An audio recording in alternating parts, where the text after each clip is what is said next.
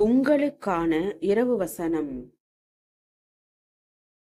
விலகுங்கள், இந்த சிறு பெண் மரிக்கவில்லை, நித்திரையாயிருக்கிறாள் என்றார்.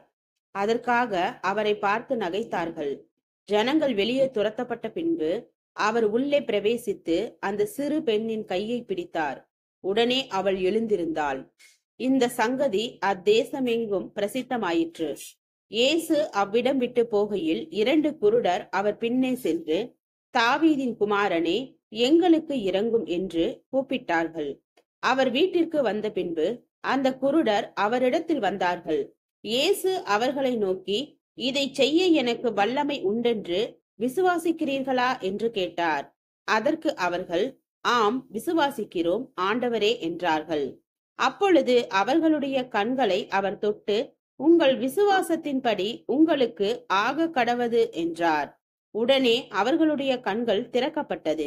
இதை ஒருவரும் அறியாதபடிக்கு எச்சரிக்கையாயிருங்கள் என்று இயேசு அவர்களுக்கு கண்டிப்பாய் கட்டளையிட்டார். மத்தேயு 9வது அதிகாரம் வசனம் 24 முதல் 30 வரை.